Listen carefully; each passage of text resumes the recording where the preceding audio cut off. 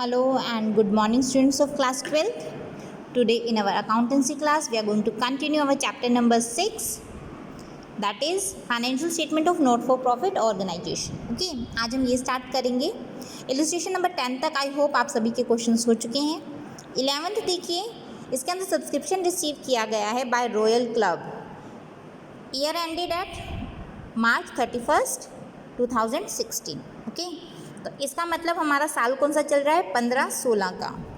14-15 का दिया हुआ है सब्सक्रिप्शन 3000, 15-16 का दिया है 93,000 और 16-17 का दिया है 2000. टोटल सब्सक्रिप्शन है 97,000. अब देखिए, इनकम एंड एक्सपेंडिचर अकाउंट बनाना है, बैलेंस शीट ओपनिंग और क्लोजिंग बनानी है. इनकम एंड एक्सपेंडिचर बनाएंगे तो हमेशा ध्यान रखिएगा, हमेशा सिर्फ करंट ईयर का सब्सक्रिप्शन ही उसमें लेकर चलते हैं. सो सिर्फ 93,000 ही आएगा 15-16 का जो सब्सक्रिप्शन है. ठीक है. और अगर हमने 2015 में कोई एडवांस पेमेंट दे रखी है तो वो किस में आएगा हमारा? यस, 2016 में, 15-16 के उसमें. ठीक है. तो कोई आउटस्टैंडिंग है 2015-16 का तो वो भी हमारा 15-16 में ही आएगा. This is simple.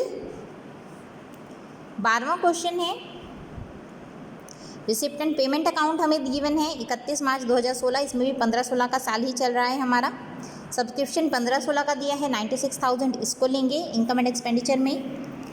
Outstanding subscription है 31 मार्च 2015 का, पिछले साल का है, हम नहीं कंसिडर करेंगे इसको इनकम एंड एक्सपेंडिचर में. टोटल सब्सक्रिप्शन आउटस्टैंडिंग ऑन 31 मार्च 2016 को 12,000. 12,000 में से देखिए बेटा 5,000 तो हो गया पिछले साल का. ठीक है. और 2,800 हो गया किसका? इस साल का. देखिए थोड़ा ध्यान से, 12,000 पिछले साल का इसमें इंक्लूडेड है और 2,800 वैसे हैं. तो इसकी कैसे करेंगे बेटा? टोटल सब्सक्रिप्शन आउटस्टैंडिंग है 12,000, इसके अंदर 5,000 पिछले साल का होगा. ठीक है.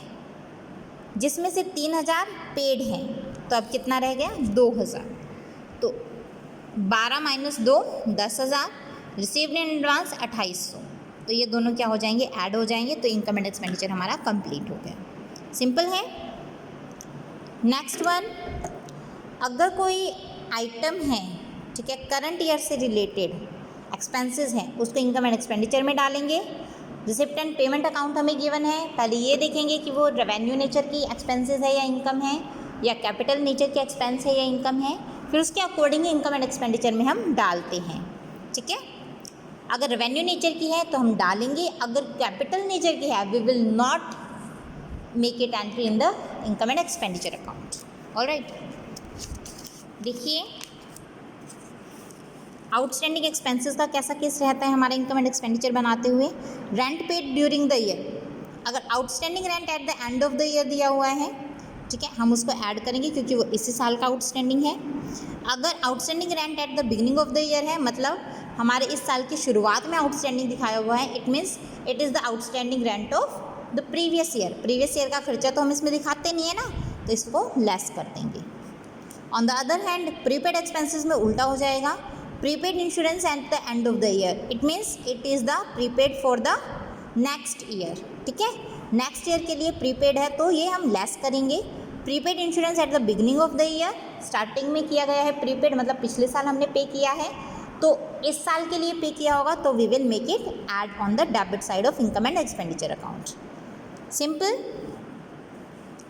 इनकम एंड एक्सपेंडिचर अकाउंट बनाना है बेटा. इसमें रिसिप्ट और पेमेंट अकाउंट दिया है मॉडर्न क्लब का, न्यू दिल्ली का. बैलेंस बीडी इसको हम ट्रांसफ़र नहीं करेंगे.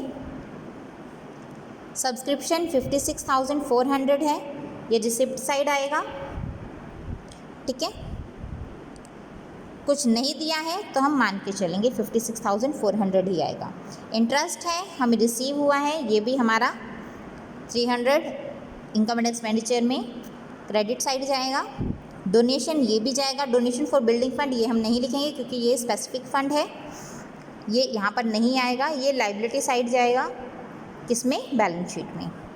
मैच फंड ये भी नहीं आएगा, ये भी लाइबिलिटी साइड जाएगा. मिसलेनियस रिसिप्ट ये आएगी, ये किस में आएगी? इनकम एंड एक्सपेंडिचर अकाउंट में, credit side. Sale of grass ये भी आएगी. नेक्स्ट है मैच के एक्सपेंसेस, मैच फंड में से माइनस होके तो शो करेंगे हम बैलेंस शीट में। रेंट पे हमारा खर्चा हुआ है ये भी शो करेंगे हम इनकम एंड एक्सपेंडिचर में, एक्सपेंसेस शायद डेबिट साइड। सैलरीज ये भी पे करेंगे हम। सेंड्री एक्सपेंसेस ये भी शो करेंगे। इन्वेस्टमेंट परचेज शो नहीं करेंगे, किस में जाएगी, हमारी बैलेंस शीट में जाएगी, ठीक है। न्यूज़पेपर, हमने न्यूज़पेपर की पेमेंट की है, it is a regular expense, so it we will write it on debit side of income and expenditure account. Sports equipment, ये देखिए स्पोर्ट्स इक्विपमेंट हमने खरीदे हैं, ठीक है, 32,000 के हैं, क्लियर। तो स्पोर्ट्स इक्विपमेंट हमारे बैलेंस शीट में जाएंगे। Balance CD 18,780, simple. Subscription outstanding है 31 मार्च, देखिए थोड़ा ध्यान से, 31 मार्च 2018 को आउटस्टैंडिंग है 4,000 का दिखाया गया है, मतलब हम खाते बना रहे 31 मार्च 2019 को, ये पिछले साल का आउटस्टैंडिंग है, इसको हम क्या कर देंगे, लेस कर देंगे 4,000। देखिए लेस किया हुआ है हमने, इनकम एंड एक्सपेंडिचर अकाउंट से लेस किया है हमने 4,000 का अमाउंट। नेक्स्ट वन 31 मार्च 2019 को 6,000 है, ये ऐड हो जाएगा, 6,000 का अमाउंट ऐड हो गया है। सैलरीज आउटस्टैंडिंग है 31 मार्च पिछले साल की है और 31 मार्च 2019 की, दोनों की दे रखी है 2,000 और 2,500। देखिए 2019 की है वो तो ऐड हो जाएगी, 2018 की है वो माइनस हो जाएगी। 31 मार्च 2018 को क्लब ने इन्वेस्टमेंट की है 12,000 की, ठीक है। फर्नीचर और स्पोर्ट्स इक्विपमेंट की वैल्यू है 20,000, ऑलराइट।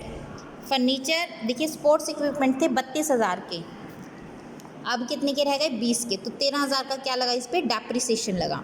स्पोर्ट्स इक्विपमेंट 20,000 के दिख रहे हैं ना, यहाँ पर हमारे 32,000 के थे स्पोर्ट्स इक्विपमेंट, तो 12,000 का क्या लगा, सॉरी 13,000 का क्या लगा, इस पर डेप्रिसिएशन। वहीं फर्नीचर पे डेप्रिसिएशन कितना है, फर्नीचर देखिए 10,000 का है, यहाँ पे फर्नीचर हमें गिवन है, सी फर्नीचर यहाँ पर नहीं दिया हुआ है, फर्नीचर 10,000 का है, तो फर्नीचर पे हम डेप्रिसिएशन अभी नहीं लगाएंगे, अभी एस्टिमेट के बारे में कुछ दिया नहीं है। इनकम और एक्सपेंडिचर अकाउंट बनाना है, ठीक है, बैलेंस शीट बनानी है। डेप्रिशिएट फर्नीचर, अब यहाँ पर दिया हुआ है डेप्रिशिएट करना है हमें फर्नीचर को, 10,000 पे 20% डेप्रिसिएशन 2,000, तो ये भी इनकम एंड एक्सपेंडिचर अकाउंट में आएगा। सारे खर्चे हमारे ट्रांसफ़र हो गए हैं, अब ये टोटल करना है क्रेडिट साइड और डेबिट साइड का, जो भी साइड हमारी बड़ी आए, ठीक है, उसके बैलेंस को इक्वल करने के लिए यहाँ पे हमारी इनकम साइड बड़ी आएगी, तो ये हमारा क्या हो जाएगा, सरप्लस आ जाएगा, ठीक है। सिंपल क्वेश्चन है, बहुत ज़्यादा मुश्किल नहीं है। इलस्ट्रेशन नंबर 14 इसी तरीके से है, 15, 16, ठीक है, बहुत इजी सम्स हैं, कोई नया पॉइंट नहीं है, न्यू टॉपिक है हमारा calculation of the cost of consumable goods, ये हम बाद में करेंगे। आपका आज का वर्क है बेटा, आपको आज 16 तक अपने सारे क्वेश्चंस कंप्लीट करके लाने हैं। हम नेक्स्ट इलस्ट्रेशन नंबर 17 से स्टार्ट करेंगे।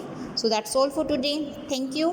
अगर हाँ इसके बाद भी कोई कन्फ्यूजन रहे ना बेटा तो पूछिएगा ज़रूर, मैं वेट करती हूँ कि आपकी कोई कन्फ्यूजन आए, आप जो सम्स करते हो बट आपकी कोई कन्फ्यूजन आती नहीं है, तो आप प्लीज़ कोशिश कीजिए कि आप प्रैक्टिकल क्वेश्चन जितने ज़्यादा हो सके उतने ज़्यादा प्रैक्टिस करें, ताकि आपके पास प्रॉब्लम आए। जब तक आपके पास प्रॉब्लम नहीं आएगी ना तब तक आपके सम्स ठीक से हो नहीं पाएंगे, जब तक आप पूछोगे नहीं तब तक आपको वो चीज़ समझ में नहीं आएगी। तो प्लीज़ इसके बारे में थोड़ा ध्यान दीजिएगा, खुद से कीजिए सम्स, कोई प्रॉब्लम आए तो पूछिएगा।